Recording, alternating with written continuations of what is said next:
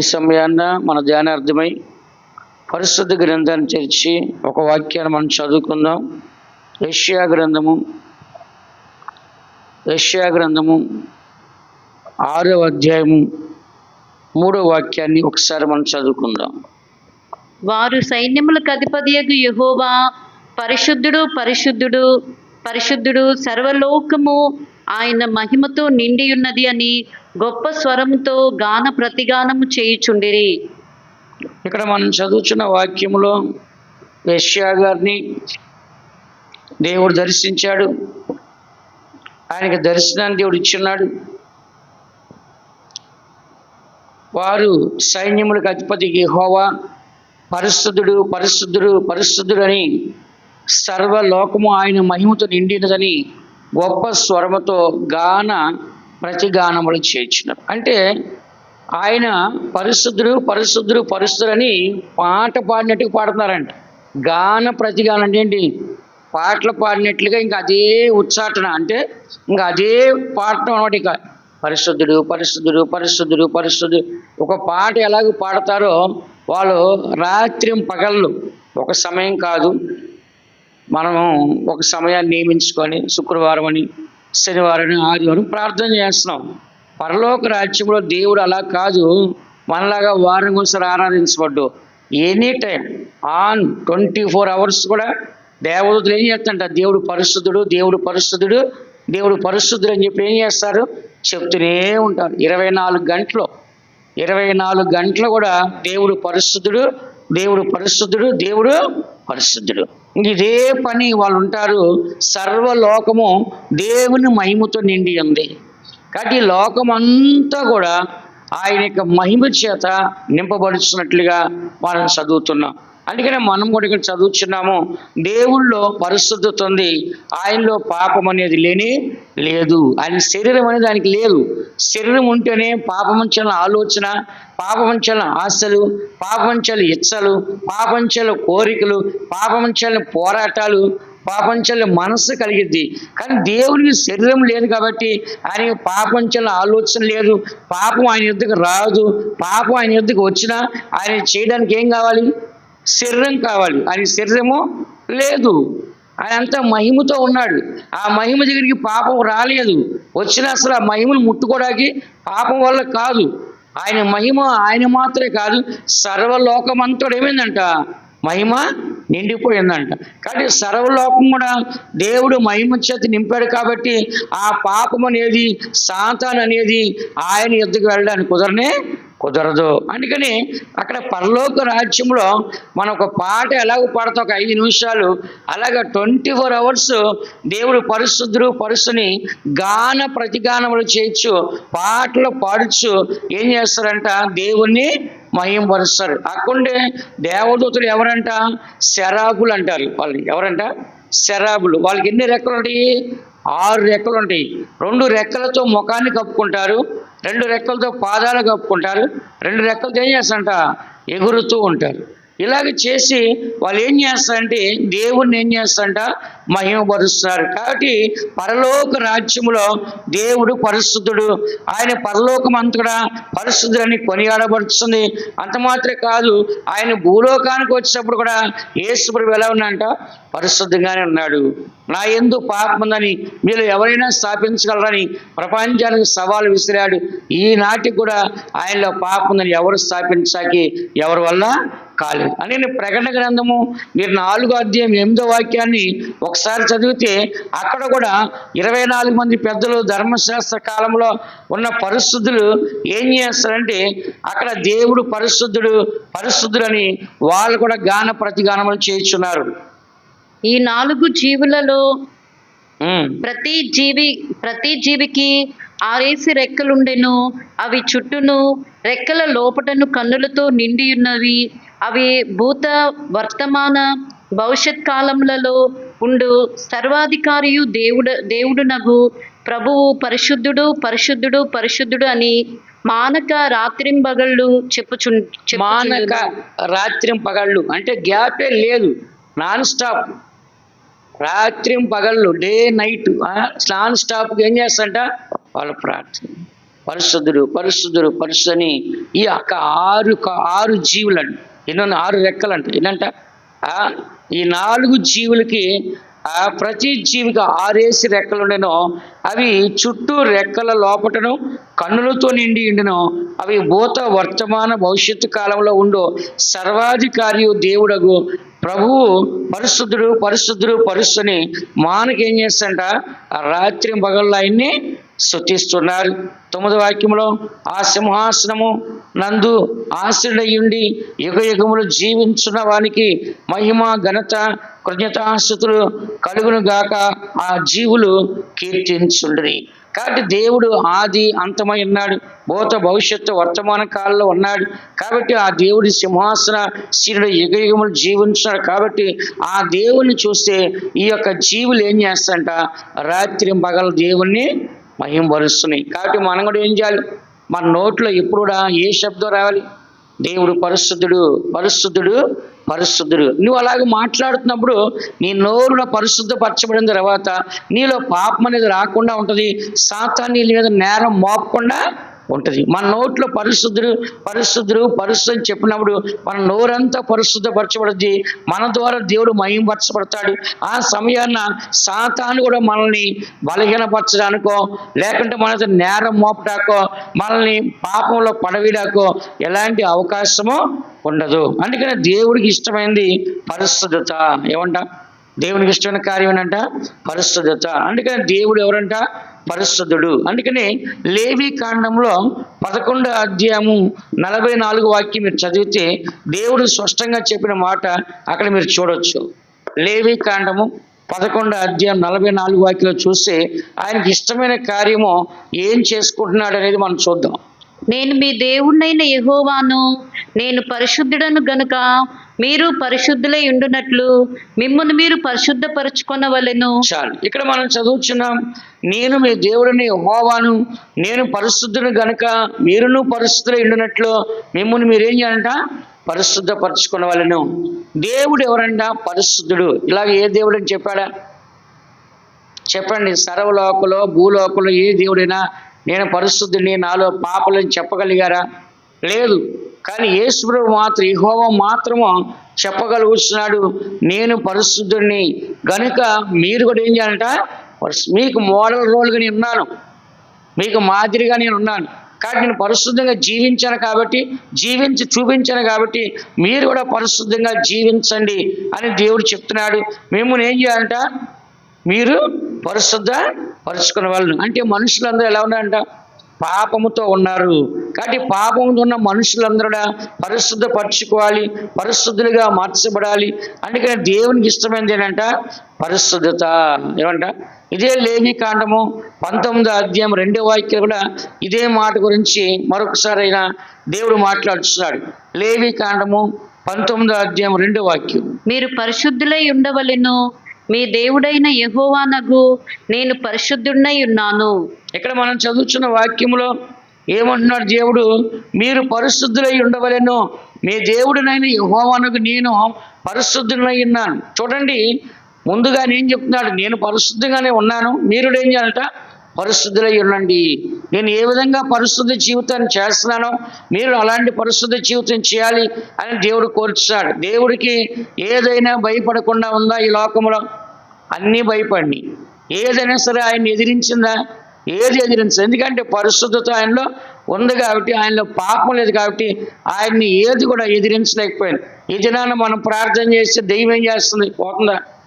పోవట్లే. చాలా మంది ప్రార్థన చేస్తే ఆ ఇంట్లోనే సాతాను ఉంటుంది, ఆ ఇంట్లోనే కుటుంబ సమస్యలు, ఆ ఇంట్లోనే వ్యాధులు, ఆ ఇంట్లోనే కొట్లాట్లు, ఆ ఇంట్లోనే గొడవలు, ఆ ఇంట్లో ఆర్థిక సమస్యలు, ఆ ఇంట్లోనే సుఖభోగాలు, శరీర కార్యాలు, లౌకికము, ఇలాగా వ్యర్థమైన కార్యాలు, సోమర్తనము, ప్రార్థన లేక, భయం లేని, భక్తి లేని అనేక నాశనకరమైన జీవితాలతో అనేకులు కనబడుతున్నారు. కానీ దేవుడు పరిశుద్ధుడు కాబట్టి ఆయనకి ప్రతి ఒక్కటి కూడా ఏమైందంట భయపడింది. కానీ ఆయన ఎక్కడ ఏది కూడా ఏం చేయాలంట ఎదిరించలా. ఇదే లేవి కాండము 20వ అధ్యాయం 7వ వాక్యం చదవండి.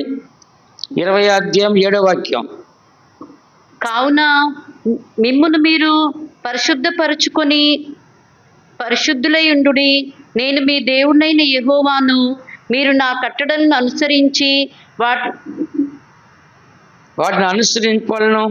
నేను మిమ్మల్ని పరిశుద్ధపరిచి యెహోవాను. కాబట్టి ఇక్కడ దేవుడు ఏమన్నాడు? మిమ్మల్ని మీరు పరిశుద్ధపరచుకోండి, మీరు పరిశుద్ధులై ఉండండి, నేను మీ దేవుడిని యెహోవాను, మీరు నా కట్టడలను ఆజ్ఞను ఏం చేయాలంటే అనుసరించి నడుచుకోవాలి. మీరు ఏం చేయాలంటే మిమ్మల్ని పరిశుద్ధపరచుకోండి, మిమ్మల్ని పరిశుద్ధపరిచి యెహోవాను కూడా నేనే అంటున్నాడు.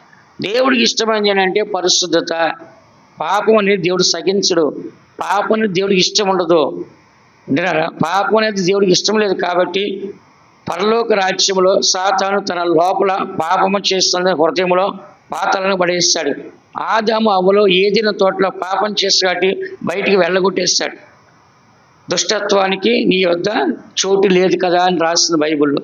కాబట్టి దేవుడు చెడుతనాన్ని సహించలేడు, భక్తిహీనతను ద్వేషిస్తాడు దేవుడు. ఎందుకంటే పాపులు అనేది దేవుడికి ఇష్టం ఉండదు. కానీ మళ్ళా దేవుడే పాపులు రక్షించాకి ఈ లోకానికి వచ్చాడు. ఎందుకు వచ్చాడు? పరిశుద్ధులుగా మార్చడానికి. జరిగంట పాపుల కొరకే వచ్చాడన్నాడు. పాపుల కొరకు ఎందుకు వచ్చాడు? పాపులు పరిశుద్ధులుగా మార్చాక వచ్చాడు. ఇందులోనే కింద రాస్తుంది, మరొక మాట రాస్తుంది. ఏమని రాస్తుంది? 26 వాక్యం ఏమని రాస్తుంది? యెహోవాను నేను పరిశుద్ధుడును, మీరు నా వారై ఉండినట్లు అన్ని జనుల్లో నుండి మిమ్మును వేరు పరిస్థితిని. అంటే మీరు అన్ని జనుల్లో మీరు వేరుగా ఉండాలి, నా వారుగా ఉండాలి. ఎలా ఉండాలంట? మిమ్మల్ని మీరు నా వారు అంటే మీరు నాకు సొంతం. కాబట్టి నాకు సొంతంగా ఉండాలంటే అన్ని జనుల నుంచి ఏం చేయాలి? వేరు చేయబడాలి. అన్ని జనులు వాళ్ళు వేరుగా ఉంటారు. వాళ్ళ జీవిత విధానము, వాళ్ళ పద్ధతులు, వాళ్ళ ఆచారాలు, వారి క్రియలు, వారి నడవడి, వాళ్ళ జీవితం అంతా వేరుగా ఉంటుంది. కానీ మనం ఎలాగ ఉంటాము? వేరుగా ఉంటాం. అందుకే దేవుడు అంటున్నాడు, నేను పరిశుద్ధులు కనుక మీరు కూడా ఎలా ఉండాలంట? పరిశుద్ధులై ఉండండి. కాబట్టి పరలోకం అంతా కూడా ఏమని శబ్దం వినపడుతుంది? పరలోకంలో పరిశుద్ధుడు, పరిశుద్ధుడు, పరిశుద్ధుడు. గాన ప్రతిగానం అంటే ఒక పాటలాగా ఏం చేస్తుంట పాడుతూనే ఉన్నారు. ఎందుకని? ఆయన పరిశుద్ధుడు, పరిశుద్ధుడు, పరిశుద్ధుడు. కాబట్టి అలాంటి ఒక పరిశుద్ధుడు దేవుడు. కాబట్టి ఆ పరిశుద్ధ దేవుడిని దేవదూతలు మాత్రమే కాదు, అనేక మంది పరిశుద్ధులు కూడా ఆయన్ని స్తుతిస్తున్నారు. కాబట్టి ఆయన అంటున్నాడు, సమస్త ప్రవక్తల్లో మీరు కూడా పరిశుద్ధులు ఎన్నుడి అని అంటున్నాడు. 1 పేతురు రాసిన పత్రిక 1వ అధ్యాయము 16 వాక్యాన్ని చదువుకుందాం. 1 పేతురు రాసిన పత్రిక 1వ అధ్యాయము 16 వాక్యాన్ని చదువుకుందాం. చదవండి. కాగా మీరు విధేయులగు పిల్లలై మీ పూర్వపు అజ్ఞాన దశలో మీకుండిన ఆశలను అనుసరించి ప్రవర్తింపక మిమ్మల్ని పిలిచిన వాడు పరిశుద్ధుడై ఉన్న ప్రకారము మీరును సమస్త ప్రవర్తన యందు పరిశుద్ధులై ఉండుడి. ఇక్కడ మనం చదువుతున్నాం, దేవుడు నేను పరిశుద్ధులై ఉన్నాను కనుక మీరును పరిశుద్ధులై ఉండని రాయబడి ఉన్నది. కాగా మీరు విధేయులకు పిల్లల వలె మీ పూర్వపు అజ్ఞాన దశలో మీకుండిన ఆశలను అనుసరించిన ప్రవర్తింపక మిమ్మును పిలిచిన వాడు పరిశుద్ధులైన ప్రకారం మీరును సమస్త ప్రవక్తన యందు పరిశుద్ధులై ఉండుడి. కాబట్టి ఇక్కడ ఏమైనా చదువుతున్నాం? పూర్వం మీరందరూ ఎలా ఉన్నారంట? అవిధేయులుగా ఉన్నారు. కానీ ఇప్పుడు ఎలా ఉన్నారంట? విధేయులుగా ఉండండి. విధేయులైన పిల్లలుగా ఉండి మీ పూర్వపు అజ్ఞాన దశలు, అంటే పూర్వం జ్ఞానం లేని వారుగా అజ్ఞాన దశలో మీరు ఉండి అలాంటి ఆస్తులు కలిగి అనుసరించి మీరు ప్రవర్తించారు. కానీ ఇప్పుడు అవన్నీ కూడా విడిచిపెట్టి మిమ్మల్ని పిలిచిన వాడు పరిశుద్ధులైన ప్రకారం మీరును సమస్త ప్రవక్త ఎలా ఉన్నారంట? పరిశుద్ధులై వినండి. దేవుడికి ఇష్టమైనది ఏంటంటే పరిశుద్ధులు. రేపొద్దున దేవుని దగ్గరికి వెళ్ళి సింహాసనం అంటే ఎవరు ఉంటారు? పరిశుద్ధులే ఉంటారు. ఎవరు మారు మనసు పొంది పాపక్షమా పొంది పాపం నిమిత్తం బాప్తిస్మం పొంది ఎవరైతే యేసు రక్తంతో కడగబడి నీతిమంతులుగా మార్చబడి ఎవరైతే పరిశుద్ధత అభిషేకించబడి సత్యం కొరకు ఎవరైతే నీతిగా జీవించారో అలాంటి వారు పరలోక రాజ్యంలో పరిశుద్ధతలో ఉంటారు. దేవుడి యొక్క సన్నిధిలో ఆయన పరిశుద్ధుడిగా ఉన్నట్లుగా మనం కూడా ఆయనతో పరిశుద్ధుడిగా ఉండాలంటే మనకేముండాలంట? పరిశుద్ధత అనేది ఉండాలి. పరిశుద్ధత లేకుండా ఎవరు కూడా ప్రభువుని చూడలేరు. ఎందుకంటే దేవుడు పరిశుద్ధుడు కాబట్టి పాపములో ఉన్నవారు ఎవరు కూడా దేవుని ఎదుగు వెళ్ళలేరు. పాపములో ఉన్నవారు ఎవరు కూడా పరలోకానికి సమీపించలేరు. పాపంలో ఉన్నవారు అందరూ నరకానికి, అగ్నిగుండాలకి, పాతాళానికి వెళ్ళిపోతారు. అక్కడే ఉండాల్సింది కానీ వాళ్ళు దేవునితో ఉండడానికి సాధ్యమో కాదు. అందుకే చదువుతున్న వాక్యంలో దేవుడు పరిశుద్ధుడు కాబట్టి ఆయనకి ఇష్టమైనది పరిశుద్ధతని ఎల్లప్పుడూ ఆయన ఆశిస్తున్నాడు.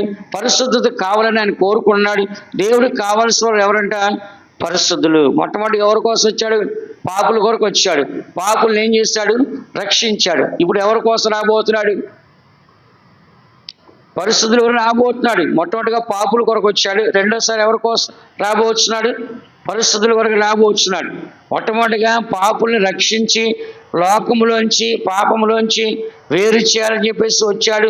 కానీ రెండోసారి ఆ వేరు చేయబడి ఆ ప్రత్యేకించబడిన వారిని పరలోకానికి తీసుకెళ్ళి ఆయన సింహాసనంలో కూర్చుండబెట్టాలని చెప్పేసి దేవుని యొక్క ఉద్దేశము. అందుకని దేవుడు ఎలాంటి వాడంటే పరిశుద్ధమైన దేవుడు కాబట్టి ఆయనకి ఇష్టమైనది ఏంటంట?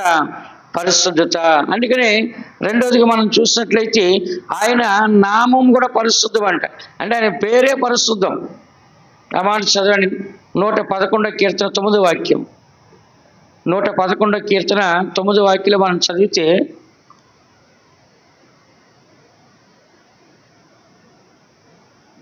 తొమ్మిదో వాక్యం, 111 కీర్తన 9 వాక్యంలో ఆయన తన ప్రజలకు విమోచనము కలుగజేయువాడు. తన నిబంధనను ఆయన నిత్యముగా ఉండ నిర్ణయించువాడు. ఆయన నామము పరిశుద్ధమైనది, పూజింపదగినది. చాలు. ఇక్కడ మనం చదువుతున్నాం, ఆయన తన ప్రజలకు విమోచన కలగచేవాడు, తన నిబంధన ఆయన నిత్యము ఉండ నిర్ణయించువాడు.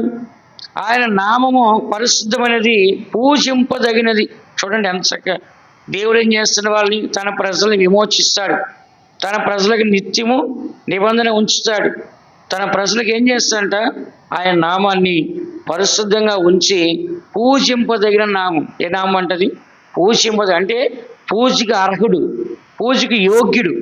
ఏంటి? ఆయన్ని పూజించగలిగే అంత పరిశుద్ధ నామం అయింది. ఏంటి? ఆయన నామాన్ని ఎవరు దూషించకూడదు. బైబిల్ ఏం చెప్తుంది?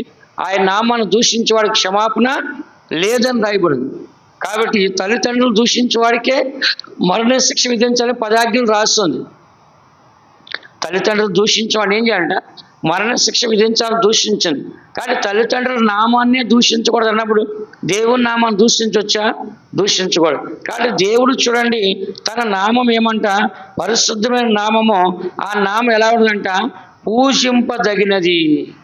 ఈ దినాల్లో మనం చూస్తే 100 మంది 100 రకాలుగా మాట్లాడతారు.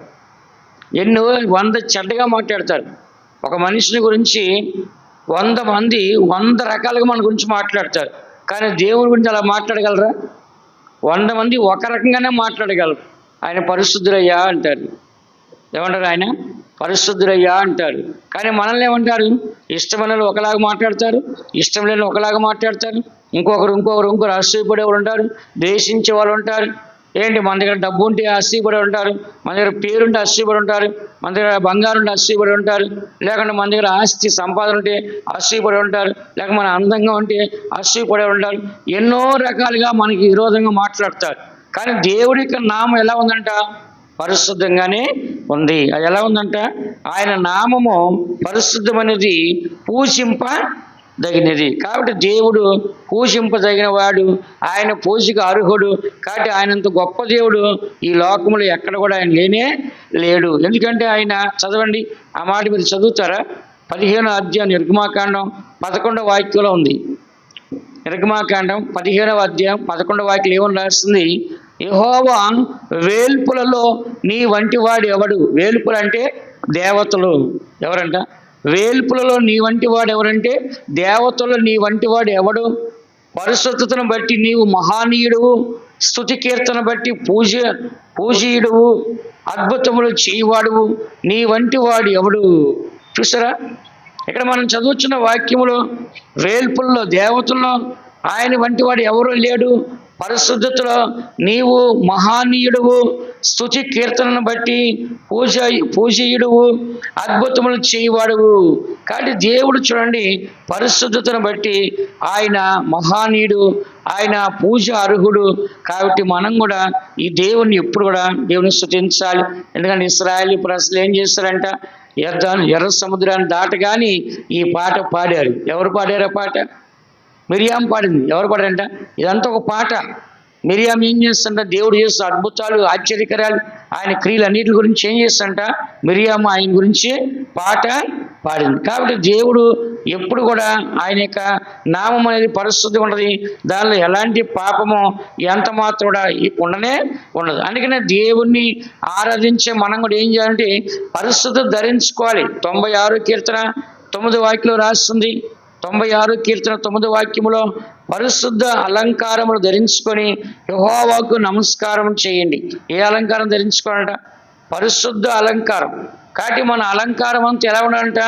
పరిశుద్ధంగా ఉండాలి. మన మనస్సు పరిశుద్ధంగా ఉండాలి, హృదయం పరిశుద్ధంగా ఉండాలి, మన తలంపులు పరిశుద్ధంగా ఉండాలి, మన క్రియలు పరిశుద్ధంగా ఉండాలి, మన ఆలోచనలు పరిశుద్ధంగా ఉండాలి, మన ప్రవక్తన పరిశుద్ధంగా ఉండాలి, మన స్వభావం పరిశుద్ధంగా ఉండాలి. సమస్త ప్రవక్తన అంటే సమస్తములు కూడా మనం ఎలా ఉండాలి? దేవునికి పరిశుద్ధంగా ఉండాలి. పరిశుద్ధ అలంకారం, మన అలంకారం అంతా ఏముండాలంట? పరిశుద్ధత కలిగి ఉండాలి. ఏంటి? మనలో ఉన్న ప్రతి సమస్తం అరికాలు మొదలుకొని నడినెత్తి వరకు ఏముండాలంట? పరిశుద్ధత ఉండాలి. కాబట్టి దేవుడికి అరికాలము తల వరకు ఏముందంట? పరిశుద్ధతే కనబడుతుంది. అందుకనే మన యొక్క జీవితం కూడా దేవుని యొక్క పరిశుద్ధత ఉంటే ఆ పరిశుద్ధతతో దేవుని ఏం చేయాలంటే మనము మహిమపరచాలి. దేవుడికి ఎందుకంటే ఎల్లప్పుడూ ఇష్టమైంది, ఆయనకు అనుకూలమైంది పరిశుద్ధత. 93 కీర్తన 5వ వాక్యం మనం చదివినట్లయితే 93 కీర్తన 5వ వాక్యం ఏమని రాస్తుంది? నీ శాసనములు ఎన్నడూ తప్పిపోవు, యెహోవా ఎన్నటెన్నటికీ పరిశుద్ధతయే నీ మందిరమునకు అనుకూలము. కాబట్టి ఇక్కడ చదువుచున్నాం, నీ శాసనములు ఎన్నడూ తప్పిపోవు, యెహోవా ఎన్నటెన్నటికీ పరిశుద్ధతయే నీ మందిరమునకు అనుకూలము. దేవునికి అనుకూలమైనది ఏదంట? చెప్పండి. దేవునికి అనుకూలమైందంటే ఏంటంట? పరిశుద్ధత. దేవునికి అనుకూలమైందంటే పరిశుద్ధత.